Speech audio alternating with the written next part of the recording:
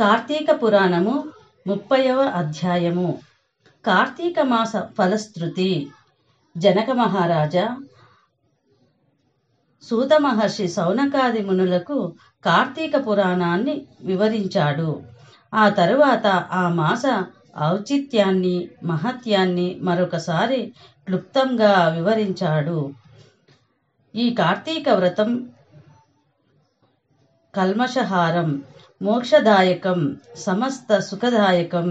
ఈ వ్రతం కోసం స్నానం, ఆరాధన, ధ్యానం, దానం, ఉపవాసం, శ్రవణ పఠనం చేయాలి. అందుకే ఇది పుణ్యవ్రతం. ఈ మాసం హరిహరులిద్దరికీ ప్రీతిదాయకం. ఈ మాసంలో శివకేశవులిద్దరిని పూజించే అవకాశం లభిస్తుంది. ఇతర కాలాలలో శివారాధన, ఉత్సవాల వేళలలో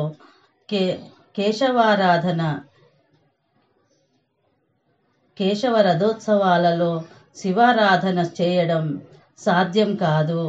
కానీ ఈ మాసంలో ఒక్కసారిగా ఇద్దరికి ఆరాధించి ఇద్దరి అనుగ్రహాన్ని పొందవచ్చు. దీనికి వయోవృద్ధులు, స్త్రీలు, పురుషులు, పిల్లలు, పెద్దలు అనే నియమం లేదు. ఎవరైనా ఈ కార్తీక వ్రతాన్ని ఆరాధించి భగవంతుని అనుగ్రహానికి పాత్రులు కావచ్చు. సమస్త ధర్మాలతో కూడిన నీతి నియమాలకు నిలయం ఈ కార్తీక మాసం.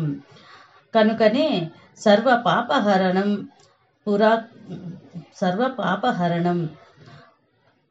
పురాకృత పాపాలను తుడిచిపెట్టే పవిత్రమైన పుణ్యప్రదమైన మాసం.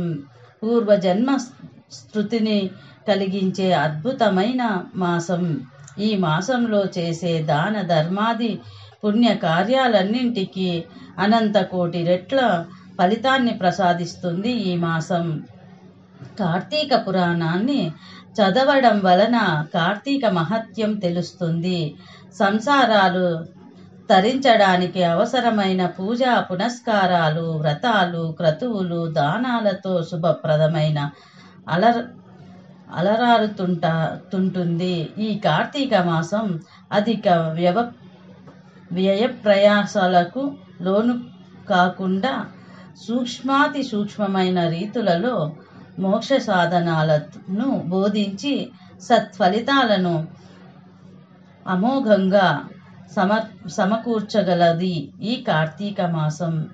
తెలిసి గాని తెలియక గాని ఈ కార్తీక మాసంలో పుణ్యవ్రత క్రతువులను ఆచరించిన వారికి అనుకోకుండా అడగకుండా ముక్తి లభిస్తుంది. అల్పబుద్ధితో, ఈర్ష్యా ద్వేషాలతో, నిర్లక్ష్యంతో వ్రతాలను ఆచరించే వాళ్లను ద్వేషించే వాళ్ళు, కార్తీక వ్రత దీక్షలను చులకనగా చూసేవాళ్ళు, చేసేవాళ్ళు పడరాని కష్టాలు పడే ఇహపరాలు రెండింటికి చెడిపోయి నరక యాతనలను అనుభవిస్తారన్నది ముమ్మాటికి సత్యము. ఈ మాసం మొదలైన కార్తీక శుక్ల పాడ్యమి నుండి చన్నీటితో తల స్నానం నదిలో గాని చెరువులలో గాని చేయాలి. అలా చెయ్యకుండా ఆహారం తీసుకోకూడదు. ఆలయాలలో స్వామి సన్నిధిలో దీపారాధనను, దీపదానాన్ని చేయాలి. ఆహారమే తీసుకోకుండా గాని, ఒక పూట తిని ఉండడం గాని, కేవలం సాయంత్రం మాత్రమే భుజిస్తున్న నక్తవ్రతం చేయడం గాని పాటించాలి.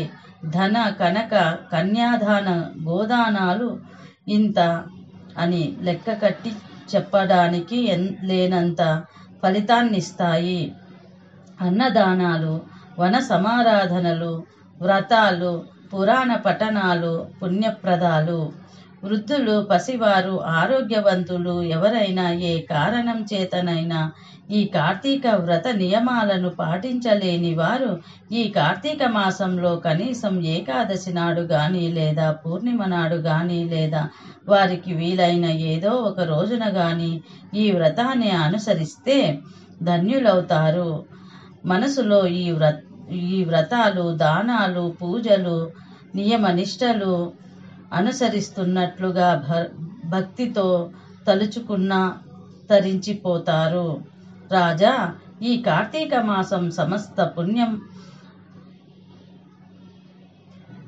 పుణ్య సముపార్జనము, పరమ ఉత్తమమైన సాధనము, సమస్త పాపాలకు విరుగుడు, తక్కువ సమయంలో భగవంతుని కృపకు అనుగ్రహించగల పవిత్ర మాసం ఈ కార్తీక మాసం. 30వ రోజు పారాయణం సమాప్తం. సర్వే జనా సుఖినో భవంతు. ఓం శాంతి శాంతి శాంతి. ఓం నమః శివాయ. ఓం నారాయణాయ.